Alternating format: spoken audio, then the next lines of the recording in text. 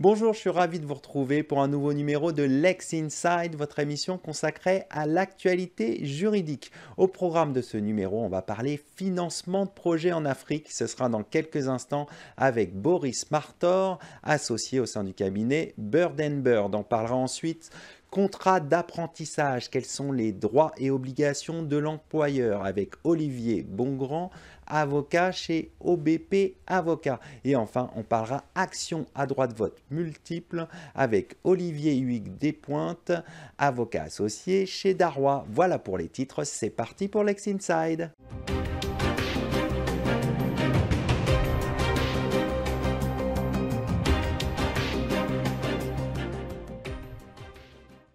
On commence tout de suite ce Lex Inside, on va parler financement de projets en Afrique avec mon invité Boris Martor, associé au sein du cabinet Bird Bird, responsable de la pratique finance au sein du cabinet international. Il est également associé gérant du bureau de Casablanca et co-auteur de l'ouvrage Financement de projets en Afrique, édité chez LGDJ. Boris Martor, bonjour. Bonjour. Alors, on va parler ensemble de financement de projets en Afrique, mais tout d'abord, pouvez-vous nous présenter les principaux enjeux et défis liés au financement de projets d'infrastructures en Afrique? Alors, le principal enjeu, c'est que les besoins sont colossaux, avec une urbanisation croissante, une démographie importante, et donc des accès à l'eau et à l'électricité, par exemple, en matière d'infrastructures, qui sont très faibles. Donc les besoins sont très importants et ne peuvent être comblés par le financement public. Donc on a recours de plus en plus au financement privé, et sur le financement privé, la technique qu'on aime utiliser, qui est connue depuis des décennies dans le monde entier, c'est une technique de financement de projet. Donc il faut bien comprendre ce concept, et ce qui expliquera quel est le challenge. Le concept, c'est que c'est la société de projet qui va développer le projet d'infrastructure, qui va s'endetter, et c'est les revenus générés par cette société pour déployer un service, rendre un service grâce à cette infrastructure, ces revenus qui vont servir à rembourser la dette. Donc le principal enjeu, c'est de rembourser la dette et d'avoir des cash flows, donc des revenus sur ce projet d'infrastructure suffisamment lisibles, suffisamment robustes, constants, pour assurer un service de la dette sûr, de telle sorte que les prêteurs puissent prêter. Ça veut dire un environnement juridique lisible, un contexte politique sûr et également un marché qui est bien identifié avec des acteurs qui politiquement souhaitent soutenir ce besoin d'infrastructure et cette infrastructure qui sera déployée par le secteur privé. Alors maintenant, on a bien compris ce qu'était le financement de projets. Quels sont les acteurs clés de ce financement de projet et quel rôle jouent-ils respectivement? Alors, c'est une question à laquelle on pourrait répondre de manière assez longue, mais on peut distinguer trois catégories principales d'acteurs. Et je m'excuse si je ne vais pas citer tous les acteurs du financement de projet parce qu'ils sont nombreux, parce que c'est un montage qui nécessite beaucoup d'expertise diverses, techniques, financières, juridiques, assurantielles, etc. Mais on distingue trois catégories d'acteurs. Je dirais d'abord les sponsors, les développeurs, ceux qui sont à l'origine du projet, qui seront en général, quand ils répondront à un appel d'offres pour un projet d'infrastructure groupé dans un consortium ou dans un groupement d'entreprises, et ensuite dans cette société de projet dont j'ai parlé précédemment, qui sera celle qui exploitera l'infrastructure et s'endettera. Donc ça, c'est la première catégorie, sponsor, société de projet, on va dire. La deuxième catégorie, c'est la catégorie de la partie publique. La partie publique, c'est celle qui souvent est à l'initiative de cette infrastructure, encore que le secteur privé peut parfois proposer ses services spontanément. Mais cette deuxième partie publique, c'est elle qui va être à l'origine de l'appel d'offres et qui va s'assurer de ce que veulent les usagers, de ce qui est attendu comme niveau de service, comme niveau de performance, et qui en général va s'assurer qu'une contrepartie paye pour les services à un niveau juste et suffisant. La troisième catégorie, celle qui est clé, ce sont les prêteurs. Les prêteurs, ce sont eux qui vont prêter à cette société de projet et assurer finalement en général entre 70 et 80% du montant total du financement du projet, puisque 70 à 80% du projet sera financé par la dette. Et cette troisième catégorie d'acteurs, les banques, elles sont souvent des banques multilatérales ou bilatérales de développement, institutions financières internationales, puisqu'évidemment, toutes les banques du secteur privé ne vont pas spontanément ou seules sur les financements de projets d'infrastructure en Afrique. Donc en général, certaines banques privées sur certains projets d'infrastructure suivent ces banques multilatérales ou bilatérales. Alors maintenant, 3 catégories, mais sans oublier évidemment bien sûr, les assureurs, les courtiers, les avocats conseils, évidemment, les il y a banques d'affaires suivant la et complexité des différents projets. acteurs du rehaussement de crédit, etc. Bon, maintenant, on a une bonne idée des parties prenantes sur ces projets.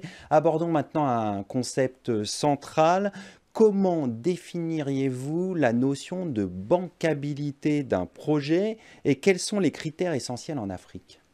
Alors, très bonne question. La bancabilité, c'est un petit peu le sujet que toutes les parties prenantes dont on vient de parler ont au bout des lèvres pendant toute la phase de montage du projet d'infrastructure. La bancabilité, c'est un concept et finalement une forme d'anglicisme qui s'est répandu dans la langue française. Ça vise à expliciter qu'est-ce qu'un projet bancable. Un projet bancable, c'est un projet tout simplement, pour faire très court, qui va être supporté, qui va être soutenu par les prêteurs. Ça veut dire un projet qui va passer le test des prêteurs qui vont regarder si un projet d'infrastructure tel qu'il est structuré peut être finançable par eux et si les risques que la société de projet va prendre sont bien couverts, identifiés et éventuellement assurés, de telle sorte que le service du crédit et les cash flows permettent toujours d'assurer ce service de crédit, ce service de la dette, pour que les prêteurs soient toujours remboursés. En Et d'autres perçoivent termes, leur marge. est-ce que c'est un projet qui est sécurisé sur les aspects financiers, juridiques et qu'on va pouvoir mettre en œuvre? C'est un peu ça? Exactement, c'est un peu ça. En fait, c'est un test qu'on va avoir pendant le montage du projet où les banquiers vont regarder tous les contrats relatifs au projet et que la société de projet va passer pour s'assurer que ces contrats finalement ne comportent pas trop de risques pour elle ou que ces contrats sont reportés sur d'autres contreparties et également regarder la robustesse du modèle financier, on pourra en parler également peut-être, et s'assurer que justement le financement tel que délivré pourra dans la durée être remboursé. Ça veut dire aussi que, évidemment, les banquiers vont regarder en Afrique plus précisément quelle est la typologie du marché, quels sont les risques sur ce marché, quelles sont les contreparties qui vont payer, des usagers directement ou alors des contreparties publiques. Est-ce que ces contreparties publiques qui vont payer pour le service de l'infrastructure, par exemple Société d'électricité nationale, sont-elles solvables? Vont-elles avoir des garanties ou contre-garanties qui permettent d'assurer effectivement le paiement des revenus à tout moment? Il y a toute une série de tests, d'indicateurs qui vont faire l'objet d'un screening, désolé pour l'anglicisme encore, de la part des banquiers qui vont faire des audits et mener différentes diligences avec des experts. Abordons maintenant des aspects juridiques. Quel type de contrats sont généralement associés au financement de projets sur le continent africain? Alors, c'est une chaîne de contrats, c'est justement ce qui rend ce sujet du financement de projets d'infrastructure assez passionnant, c'est qu'il y a du droit privé, il y a du droit public, parce qu'évidemment, il y a toujours la sphère publique qui intervient dans des dossiers liés intimement au service public. Mais on peut distinguer 2 grandes catégories de contrats. La première catégorie, c'est qu'on va appeler les contrats de projet, avec d'abord le contrat principal qui va être le contrat de concession de service public ou le contrat de PPP ou le contrat d'exploitation de l'infrastructure entre la partie publique et la société de projet. Ensuite, on aura un ou des contrats de construction de l'infrastructure qui pourront passer par la société de projet avec une société de construction ou plusieurs s'il y a plusieurs lots. Et puis un contrat d'exploitation de maintenance de l'infrastructure pour assurer sa maintenance une fois construite. Et puis on va avoir évidemment d'autres contrats autour suivant le type d'infrastructure. Donc d'abord le contrat de vente des services de l'infrastructure. Par exemple, si c'est une centrale de production électrique, on va avoir un contrat de vente d'énergie à une contrepartie et on va s'assurer que ses revenus sont stables, etc. Et puis on pourra avoir différents contrats de fourniture d'intrants pour pouvoir produire, par exemple, de l'énergie. Alors, abordons maintenant l'aspect financier quand même qui est essentiel. Alors, il y a des contrats liés au financement, évidemment. Il y a des conventions de crédit et un security package, en tout cas des garanties qui sont données autour, toute une série de contrats autour du financement qui sont la deuxième catégorie. Tout à fait. Pour aller plus loin, quelle est l'importance du modèle financier justement dans le processus de financement de projet? Alors, le modèle financier, c'est ce qui va permettre de s'assurer justement de la robustesse de l'activité de la société tout au long de son exploitation et pour vérifier que effectivement le service de la dette pourra être assuré à tout instant et qu'il y a évidemment des assurances en cas de difficulté. Ce modèle financier, c'est un petit peu les lignes directrices de la société de projet et de la discussion finalement entre les prêteurs et la société de projet. Il va faire l'objet d'un audit, d'une revue, de discussion, d'aménagement entre les différentes parties prenantes qui vont effectivement assurer aussi le financement de l'ouvrage. Donc pas forcément que les prêteurs, il peut y avoir aussi les autres acteurs qui financeront la société de projet, certains investisseurs financiers en capital dans la société de projet. C'est un outil absolument fondamental, évidemment, de transparence et qui assure une vision claire des perspectives de la société, puisque c'est des contrats de très longue durée. Tout à fait. Bon, on va conclure là-dessus. Merci d'être venu sur notre plateau. Merci.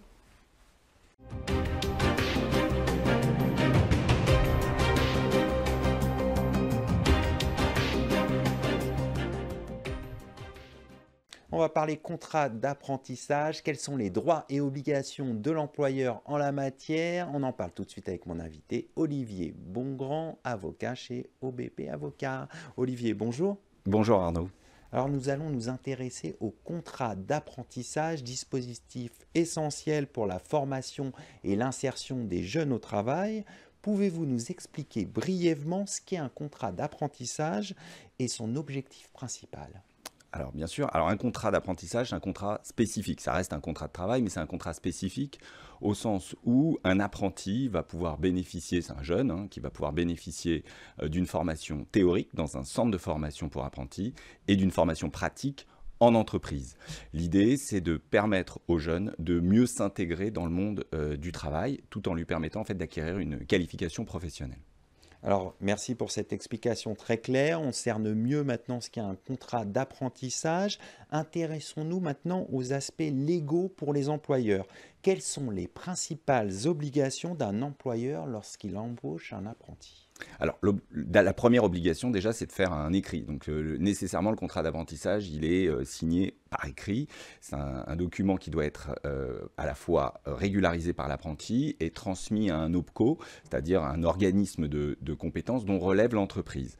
Le contrat devra être en réalité communiqué à cet OPCO dans les 5 jours du début du contrat d'apprentissage. C'est une formalité très importante parce qu'à défaut de quoi, en fait, il n'y a pas de contrat d'apprentissage, il est réputé n'avoir jamais existé. Il n'y a pas de système de requalification. Parallèlement, il y a un certain nombre également d'autres obligations dont relève l'employeur. Ça va être d'assurer justement, de permettre à l'apprenti de suivre sa formation et puis lui d'assurer, pour l'employeur, d'assurer la coordination entre le centre de formation et la formation pratique en entreprise qu'il va déployer auprès de l'apprenti. Il doit permettre à l'apprenti de suivre les cours dans le centre de formation. Il doit également permettre à l'apprenti, dans la formation pratique, qu'elle soit en concordance avec la formation théorique. Il faut que le travail confié corresponde, bien entendu, à la formation qu'il suit, en vue de l'obtention du diplôme. Après, il y a d'autres obligations qui sont des obligations, on va dire, classiques vis-à-vis de presque tous les salariés. Donc, on peut dire la rémunération, évidemment, payer un salaire, assurer la sécurité. Il faut savoir que pour les apprentis, il y a une interdiction pour l'employeur de les mettre en situation de danger. Donc, en fait, de ne pas faire notamment travailler des apprentis sur des emplois dangereux ou dans des conditions dangereuses. Alors, pour les mineurs, il y a des conditions également particulières, respect d'une durée de travail particulière avec pas plus de 8 heures quotidien et puis non plus pas plus de 35 heures hebdo. Il y a des dérogations possibles, interdiction du travail de nuit pour un mineur, c'est un peu logique aussi, et pour les majeurs, en revanche, on applique, il y a des apprentis majeurs, on doit respecter là pour le coup la durée qui est collective de travail, l'apprenti doit respecter cette durée collective. Voilà un peu les obligations, on va dire, j'ai un peu ciblé de l'employeur vis-à-vis de l'apprenti. Alors après ce focus sur les obligations, passons maintenant sur les bénéfices pour les entreprises. Quels sont les avantages pour une entreprise d'embaucher un apprenti ? En fait, l'intérêt pour l'entreprise, ça va être de former, donc, je dirais un peu dès l'origine, un jeune à ses méthodes de travail et permettre en fait son intégration. L'idée de l'apprentissage, c'est ensuite de convertir cette passe en une occasion définitive, c'est-à-dire en un CDI. Alors, il faut savoir aussi que le contrat d'apprentissage, il aurait pu être en CDI dès l'origine. On va dire que c'est quand même plus rare plus généralement, il est fait pour une durée déterminée, entre 6 mois et 3 ans, selon la durée de la formation. Mais l'idée, on le voit, c'est de permettre à l'apprenti d'obtenir une qualification professionnelle, pratique, mais aussi de le rendre et de l'adapter, de faire en sorte qu'il soit le plus adapté possible aux méthodes de travail de l'entreprise. C'est un peu ça le bénéfice. Et puis après, l'entreprise va bénéficier également, ça peut être alors d'aide et d'exonération. C'est surtout le salarié également qui va bénéficier d'exonération salariale. On peut en reparler. Est-ce qu'il y a des limites d'âge ou des critères spécifiques pour embaucher un apprenti? Alors oui, c'est pas destiné à tout le monde. Avant, c'était uniquement 26 ans. Alors, il est possible il y a des dérogations pour 25 ans minimum. À partir de 25 ans, et la limite, c'est 29 ans. Et il y a aussi des dérogations possibles jusqu'à 30 ans.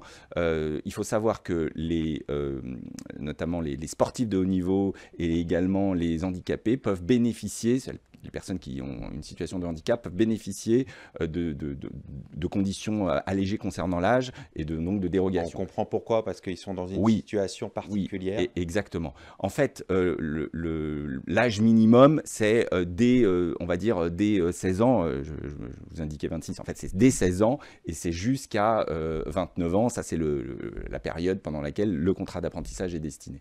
Alors un autre point important, évidemment, c'est la rémunération. Quelles sont les règles principales concernant la rémunération d'un apprenti? C'est un pourcentage du SMIC, par exemple pour la première année. Alors, ça dépend de l'âge et également de l'année de l'apprentissage. Par exemple, pour une première année d'apprentissage, ça va être un pourcentage qui est de je vous dis pas de bêtises, 27% du SMIC. Et pour une troisième année d'apprentissage, ce sera 78%, et ça jusqu'à 25 ans. Au-delà de 25 ans, c'est nécessairement 100% du SMIC ou alors application du minimum conventionnel de la convention collective, en fait, tout bêtement.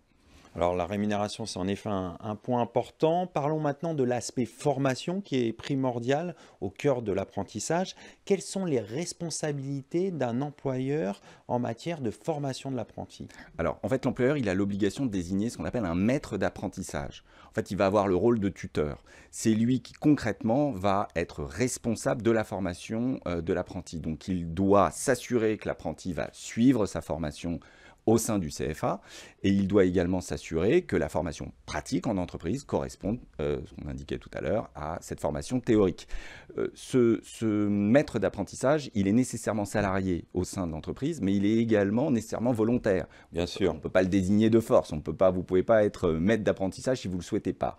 Et puis, il doit également, c'est ce que prévoit la loi, présenter des conditions de moralité et aussi de compétences, soit parce qu'il a un diplôme qui lui permet quand même de transmettre, soit parce qu'il a cette expérience professionnelle dont il peut justifier pour justement former cet apprenti.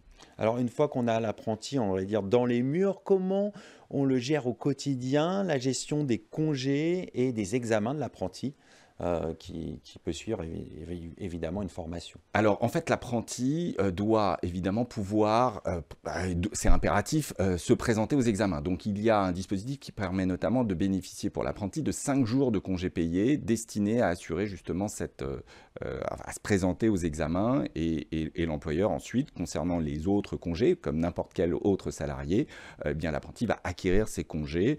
Il faut aussi comprendre que dans le temps de travail, et dans l'organisation de la relation de travail, le temps de travail est également composé de cette partie formation théorique. C'est l'ensemble qui fait les 35 heures. Donc que ce soit pour les congés, y compris les congés, on va dire, supplémentaires à hauteur de 5 jours, eh bien, c'est à l'employeur de s'accorder avec l'apprenti pour faire coordonner l'ensemble de la formation et faire en sorte que l'apprenti puisse passer ses examens. Évoquons maintenant, pour conclure, la fin du contrat. Comment se passe la rupture du contrat d'apprentissage? Est-ce qu'un employeur peut mettre fin au contrat avant le terme de celui-ci, par exemple? Quelles sont les conditions? Alors, bien sûr, l'employeur, il faut savoir que pendant 45 jours de formation pratique, l'employeur peut rompre le contrat sans motif. Dans cette hypothèse-là, il doit le notifier évidemment à l'apprenti. Il doit également informer le CFA et il doit également informer l'OPCO. Étant entendu que donc il n'y a pas besoin d'avoir une motivation particulière, donc ça va être une information, il n'y a pas la lettre, c'est pas une procédure de licenciement en tant que telle.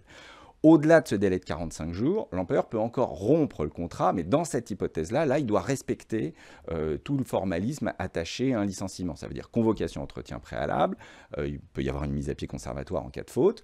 La faute qui peut être invoquée, ça peut être une faute grave, ça peut être de la force majeure, ça peut être également une situation d'inaptitude, avec cette particularité que les apprentis, en fait, ne peuvent pas bénéficier d'un droit au reclassement dans l'entreprise comme n'importe quel autre salarié.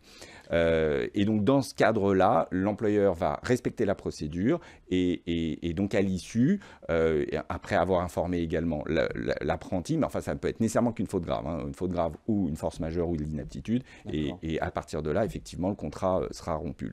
L'apprenti peut aussi rompre son contrat dans le délai de 45 jours comme pour l'employeur. Et également, il peut, en respectant un préavis, dénoncer le contrat d'apprentissage vis-à-vis de l'employeur. On va conclure là-dessus. Merci d'être venu sur notre plateau. Merci à vous.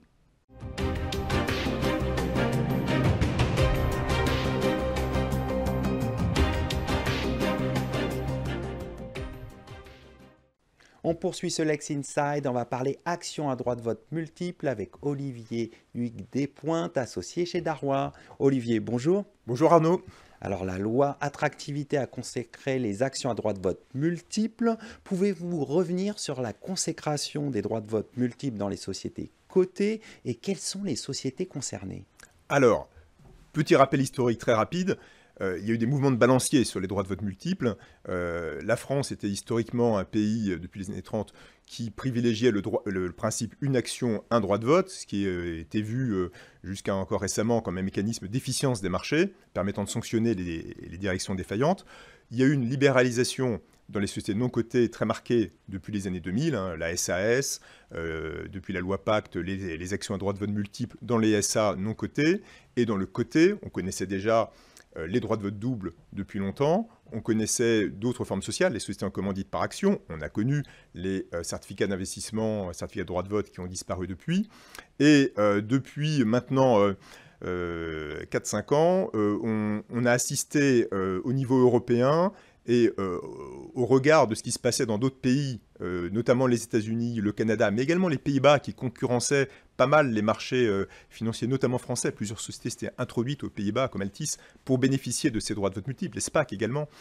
Et donc une tendance, y compris dans des pays qui étaient farouchement opposés aux droits de vote multiples, comme les Pays-Bas et l'Allemagne, à la libéralisation et donc à l'introduction de mécanismes de droits de vote multiples dans les sociétés cotées, que ce soit sur des marchés réglementés comme Euronext ou des marchés de croissance comme Euronext Growth. Donc c'est devenu une vraie tendance de fond. C'est devenu une vraie tendance de fond qui va être actée au niveau européen dans le cadre du Listing Act qui est en cours de finalisation, mais qui en fait est préempté dans les différents États. Et en France, par la loi attractivité qui a consacré le mécanisme dans le code de commerce. Ça doit encore être complété a priori d'ici fin octobre, mais on verra avec le gouvernement, par un décret qui sera important.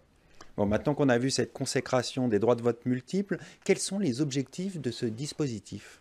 L'objectif, clairement, c'est de faire revenir vers les marchés financiers, vers les marchés boursiers, des sociétés qui avaient tendance à s'en détourner. Notamment des sociétés soit familiales, qui ne voulaient pas se diluer, soit des sociétés de type technologique, etc., qui sont contrôlées par des fondateurs, souvent aux côtés de fonds d'investissement, éventuellement peut-être des filiales de grands groupes qui pourraient se spin-offer, comme on dit, s'introduire partiellement en bourse, mais dans lequel on souhaiterait, pendant au moins un certain temps, conserver un pouvoir de contrôle de l'actionnaire historique. Alors, autre point qui peut être intéressant, est-ce que c'est un mécanisme qui permet de se protéger contre des OPA hostiles ? Alors, ce mécanisme en fait, a d'abord pour objet d'aller vers le marché. Ce n'est pas vu comme un mécanisme de protection. On ne pourra pas le mettre en place dans des sociétés déjà cotées. Encore une fois, aujourd'hui, la tendance est plutôt inverse. Des sociétés cotées ont tendance à sortir de cote par le biais d'OPA, ce qu'on appelle des tech private. J'attire d'ailleurs l'attention à ce sujet sur un colloque qui va être organisé par Décideur avec Croorvas le 5 novembre sur le sujet des tech private qui est très tendance aujourd'hui, avec plusieurs sociétés qui sortent de cote, précisément pour échapper aux rigueurs de la cote. Au contraire, l'objectif du mécanisme, c'est d'aller vers la cote. Alors, néanmoins, une fois que des sociétés se seront introduites en bourse avec des droits de vote multiples, conférant pendant un certain temps, dans la limite de la clause de caducité, de sunset comme on dit, 10 ans maximum selon la loi, éventuellement prorogeable, probablement plus dans les 7 ans, si on se réfère aux schémas internationaux. Pendant ce temps-là, c'est une bonne protection anti-OPA. Néanmoins, les statuts pourront, c'est une possibilité qui est prévue par la loi, prévoir la possibilité que, en cas d'OPA, lors de la première assemblée générale qui suivra une OPA qui aura réussi à plus de 75%, les droits de vote multiples soient neutralisés. Donc, on votera avec une action ou éventuellement un droit de vote double par action. Est-ce que ça veut dire qu'on pourra désactiver à l'occasion de cette assemblée générale les droits de vote multiples à voir? De la même manière, les assemblées générales qui portent sur des mesures de défense anti-OPA, donc après dépôt d'une offre, verront le droit de vote multiple désactivé également. Alors, intéressons-nous maintenant à l'impact sur les investisseurs. Est-ce un frein pour les investisseurs et est-ce que cela permet de préserver la confiance des minoritaires? Alors, comme on parle de sociétés, encore une fois, il faut bien avoir en tête qu'on ne parle que des sociétés qui vont nouvellement s'inscrire à la cote. Bien sûr. Donc, nécessairement des sociétés qui chercheront, avec leurs actionnaires, à attirer des investisseurs. Il faudra donc trouver un équilibre entre le droit de vote multiple, à la fois le nombre de droits de vote par action et les conditions de ce droit de vote, dans les limites que permettront la loi et le décret. Il faudra qu'on puisse attirer néanmoins les investisseurs. Donc, a priori, ce seront des investisseurs attirés par la stabilité et le caractère long-termiste de certains actionnaires nommément désignés. Une fois qu'on a dit ça, on sait bien que les investisseurs institutionnels et notamment les proxys, donc les agences de vote, mais également les fournisseurs d'indices, ont une certaine tendance à ne pas privilégier, au contraire, les mécanismes à droit de vote multiple et à préférer la proportionnalité des droits de vote par rapport à l'exposition au risque. Donc il y aura un équilibre à trouver, sans doute également comme ISS qui est un des principaux proxys, qui aux États-Unis a fini par tolérer ces droits de vote multiples, mais dans la limite, par exemple, d'une clause de sunset de 7 ans. Alors pour élargir un peu la perspective sur ce sujet, regardons un peu ce qui se passe à l'étranger. Quelles sont les expériences aux États-Unis ou au Canada, par exemple? Alors, les États-Unis connaissent les droits de vote multiples depuis très longtemps. Même si la SEC a longtemps cherché à s'en défaire, sans succès, parce qu'on est à la limite entre le droit des sociétés et le droit, et la réglementation boursière. Historiquement, c'était plutôt des mécanismes pour assurer le contrôle des sociétés familiales ou de presse. Ça a été utilisé dans les années 80 comme de la défense anti-OPA, et plus récemment, ça s'est redémocratisé, régénéralisé sur les IPO de sociétés tech, dans lesquelles il y a des fondateurs assez emblématiques, assez charismatiques, qui portent la société. Et donc les investisseurs voient tout l'intérêt de conserver les 10 fondateurs très investis et très intéressés.